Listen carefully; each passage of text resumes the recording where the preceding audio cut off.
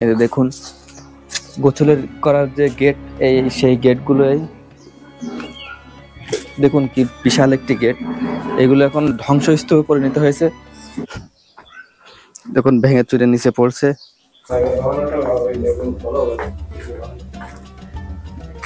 এটা হচ্ছে কি বলো দেন, এটা হচ্ছে কাছারি ঘর।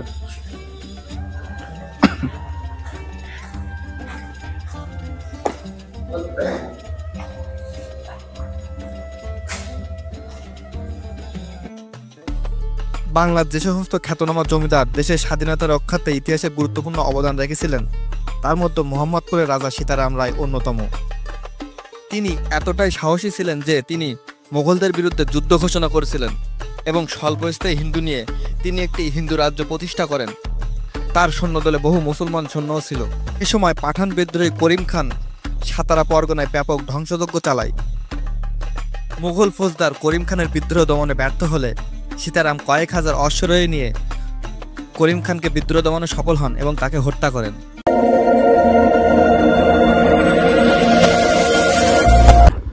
তো বন্ধুরা, আপনারা দেখতে পাচ্ছেন আমরা কিন্তু চলে এসেছি সেই রাজবাড়ি মোহাম্মদপুরে। আর এটা কিন্তু সেই ঐতিহ্যবাহী রাজবাড়ির একটি স্মৃতি।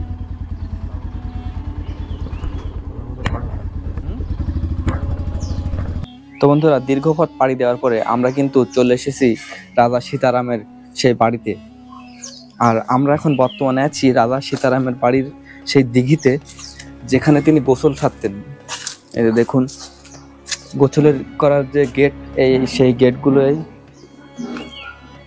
দেখুন কি বিশাল একটি গেট। এগুলো এখন ধ্বংসস্তূপে পরিণত হয়েছে। আর অবশিষ্ট যেগুলো আছে, এটি প্রায় 400 বছর আগের পুরনো একটি গেট। তো যতটুকু পারছি আপনাদের ততটুকুই শেয়ার করছি। দেখুন এগুলো প্রায় ধ্বংসস্তূপে পরিণত হয়েছে, ভেঙে চুরে নিচে পড়ে গেছে, সবগুলোই শেষ এখন। জরাজীর্ণ এই প্রাসাদটি একসময় যুগের সাক্ষী ছিল। রাজা সীতারাম তিনি ছিলেন একজন, বলা যায় তিনি হচ্ছে একজন বীর ছিলেন। তিনি মোগলদের বিরুদ্ধে যুদ্ধ ঘোষণা করছিলেন এবং স্বল্প হিন্দু নিয়ে তিনি একটি হিন্দু রাজ্য প্রতিষ্ঠা করছিলেন, এমনটাই আমরা জানতে পেরেছি। এই যে দেখুন কি বিশাল ছিল এই দিঘির গেটটি। এটা হচ্ছে দিঘির সেই গেট। আর দেখুন কত জাঁকজমকপূর্ণ ছিল এই গেটটি। তিনি একজন রাজা ছিলেন। সেই আমরা আছি সেই রাজবাড়ির ঐতিহ্যবাহী দিঘির গেটের সামনে। দেখতে পাচ্ছেন এই যে দিঘির যতটুকু অবশিষ্ট আছে, আর এপাশে আছে সেই পুরনো মন্দির।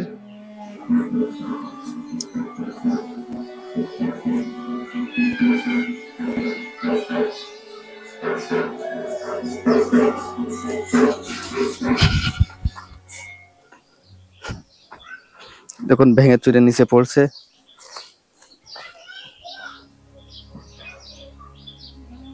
এই যে গেট, এখান থেকে সিঁড়ি মতো কিছু একটা ছিল, এই যে দেখা যাচ্ছে। দেখুন এখান থেকে নামার জন্য যে প্রবেশদ্বার, দিঘিতে নামার জন্য, গোসল ছাড়ার জন্য যে প্রবেশদ্বার, এটাই হচ্ছে সে মূল প্রবেশদ্বার। আর এইগুলো ছিল সেই গেটের বাদবাকি ভগ্নাংশ, যা এখন বলা যায় ভাঙাচুরার স্তূপ। অবশিষ্ট আছে শুধু এই ইটগুলো।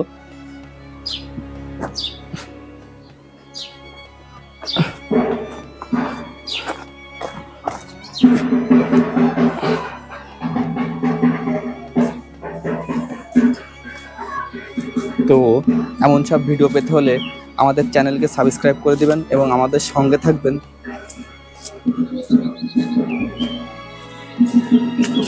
দেখুন কালের সাক্ষী হয়ে দাঁড়িয়ে আছে।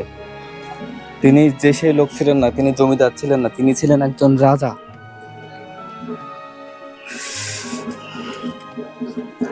আর এ রাজাই এতটাই সাহসী ছিলেন যে তিনি মোগলদের বিরুদ্ধে যুদ্ধ ঘোষণা করেছিলেন।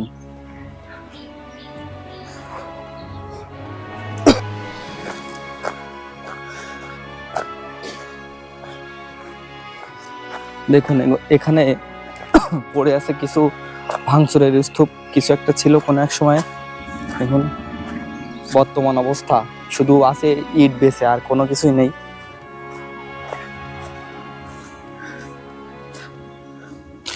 খুবই জরাজীর্ণ অবস্থা। এই যে দেখুন, এটা একটা কিছু একটা হবে, জানা নেই এখন কি অবস্থা।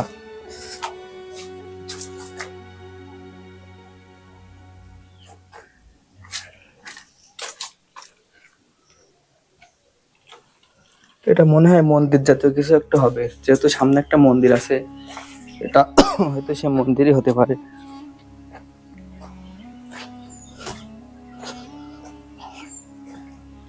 আর এটা দেখে বোঝা যাচ্ছে যে এটা একটা গেট ছিল।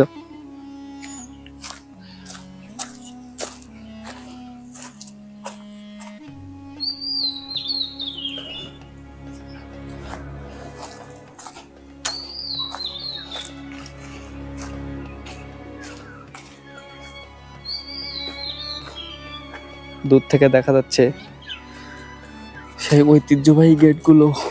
দেখুন কি সুবিশাল এবং কত সুন্দর ছিল সে সময়ে, আর কত জাঁকজমকপূর্ণ ছিল। এখানে দেখুন যে ইটগুলো কিন্তু মাটিতে দেখে, এখানে যে একটা ইয়ে ছিল, টিম্বেল মতো ছিল, সেই ইটগুলো কিন্তু দেখা যাচ্ছে এখনো, কালের সাক্ষী হয়ে দাঁড়িয়ে আছে ইটগুলো।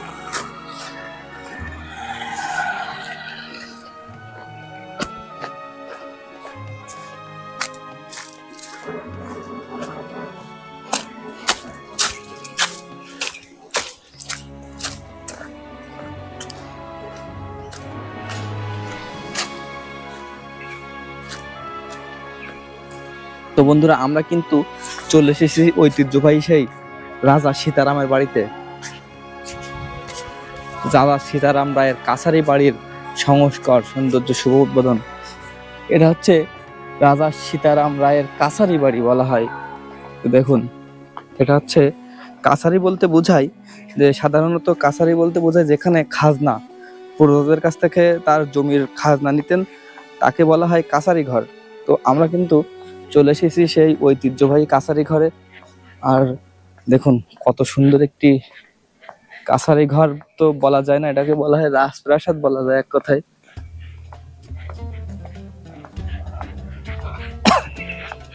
এটা হচ্ছে প্রবেশ দ্বার, রাজা সীতারাম রায়ের প্রবেশ দ্বার। যতটুকু পারছে ততটুকু এই যে এখানে সংস্কার করে রাখছে।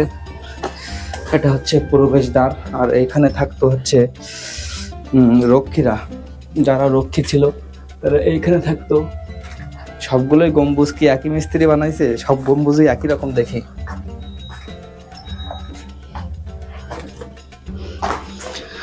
এটা হচ্ছে প্রবেশ দ্বার, প্রবেশ দ্বারের যে গেট, এটা হচ্ছে সেই গেট। খুব সুন্দর একটি জায়গা, আপনারা কিন্তু এসে ঘুরে যেতে পারেন এই রাজা সীতারাম রায়ের রাজপ্রাসাদে। দেখুন, এটা হচ্ছে প্রবেশ দ্বার।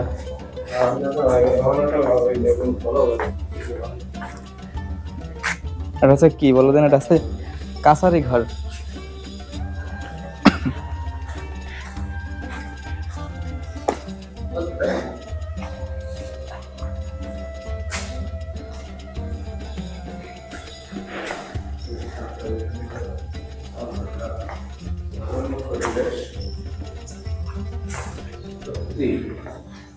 খুবই সুন্দর একটি জায়গা, দেখুন কত সুন্দর দেখা যাচ্ছে রাজা সীতারাম রায়ের রাজপ্রাসাদ।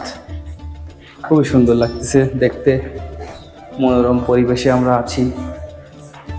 এই যে দেখুন, ওপাশে বড় একটা দিঘি আছে।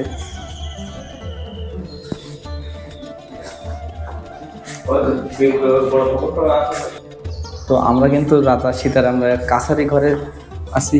কাছারি ঘর, খাজনা আদায়ের ঘর। দেখুন কত সুন্দর পরিবেশ।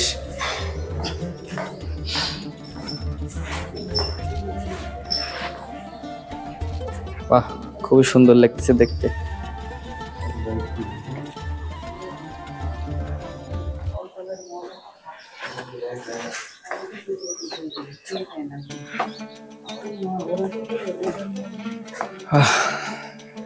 এখানে পুরনো সেই ইট গুলো রাখা আছে সুন্দর করে যত্ন করে।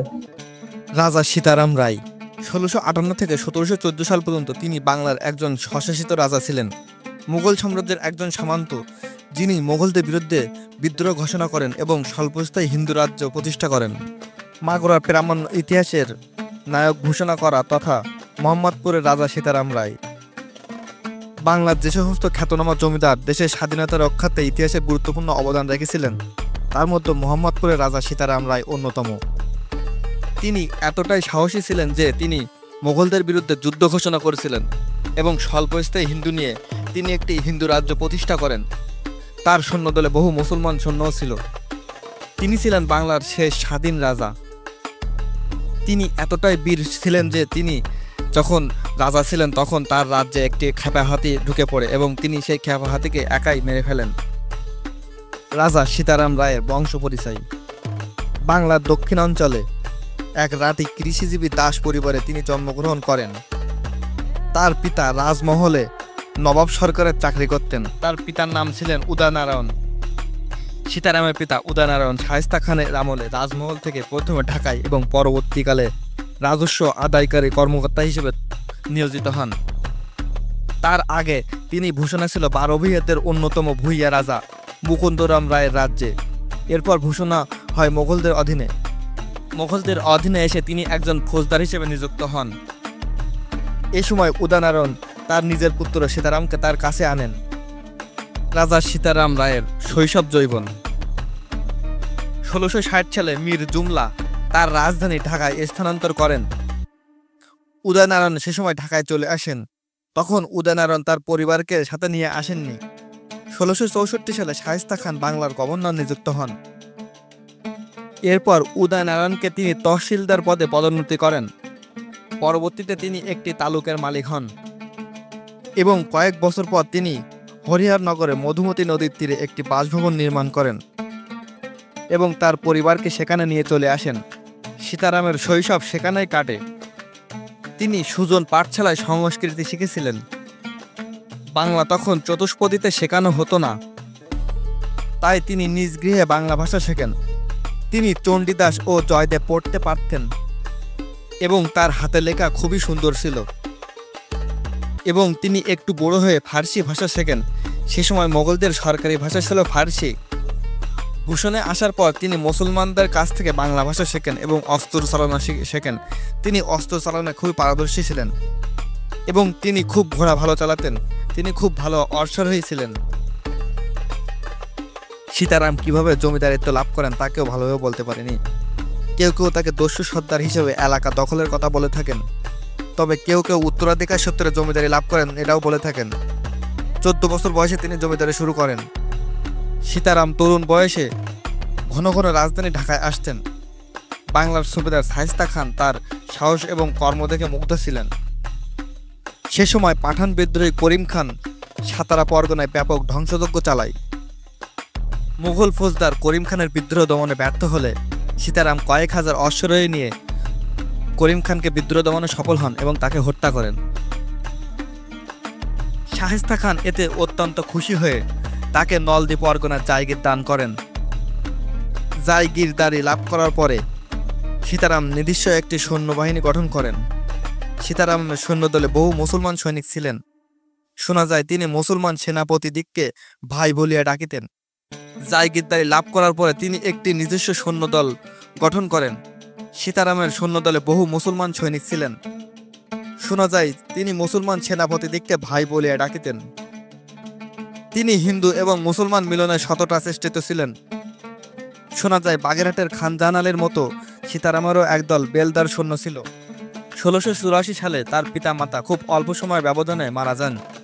তাদের শ্রাদ্ধের পর তিনি তীর্থ করতে গগায় যান এবং জায়গিরের দায়িত্ব তার ছোট ভাই লক্ষ্মীনারায়ণের কাছে হস্তান্তর করেন।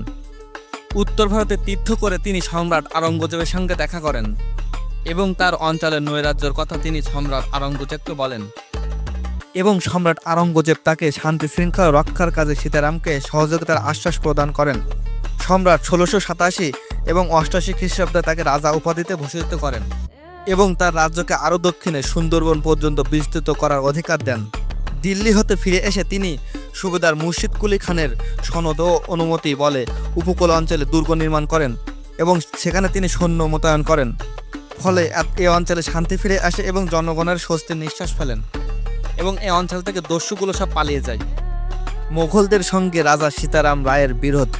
স্যার যদুনাথ সরকার রাজা সীতারাম রায়কে রাজা প্রতাপাদিত্যের সঙ্গে তুলনা করেন। রাজা সীতারাম রায়ের জমিদারি পাবনা জেলার দক্ষিণ ভাগ থেকে বঙ্গোপসাগর পর্যন্ত এবং নদিয়া জেলার পূর্ব প্রান্ত থেকে বরিশাল জেলার মধ্যভাগ পর্যন্ত বিস্তৃত ছিল। তার বাৎসরিক আয় ছিল ৭৮ লক্ষ টাকা। রাজা সীতারাম রায়ের রাজ্য বড় হওয়ার পরে তিনি মোগলদের কর দেওয়া বন্ধ করে দেন। এতে মোগল সম্রাট রাগান্বিত হয়ে তার বিরুদ্ধে যুদ্ধ ঘোষণা করে। এতে তার প্রধান সেনাপতি মেনাহাতির মৃত্যুর পরে সীতারাম প্রাণপণে মোগল বাহিনীর সঙ্গে লড়াই অব্যাহত রাখেন। সীতারাম শেষ রক্ষা করতে পারলেন না। যুদ্ধে পরাজিত এবং বন্দী হয়ে তিনি মুর্শিদাবাদে প্রেরিত হন। কয়েক মাস বন্দী থাকার পরে মুর্শিদাবাদের নবাব তাকে মৃত্যুদণ্ডে দণ্ডিত করেন।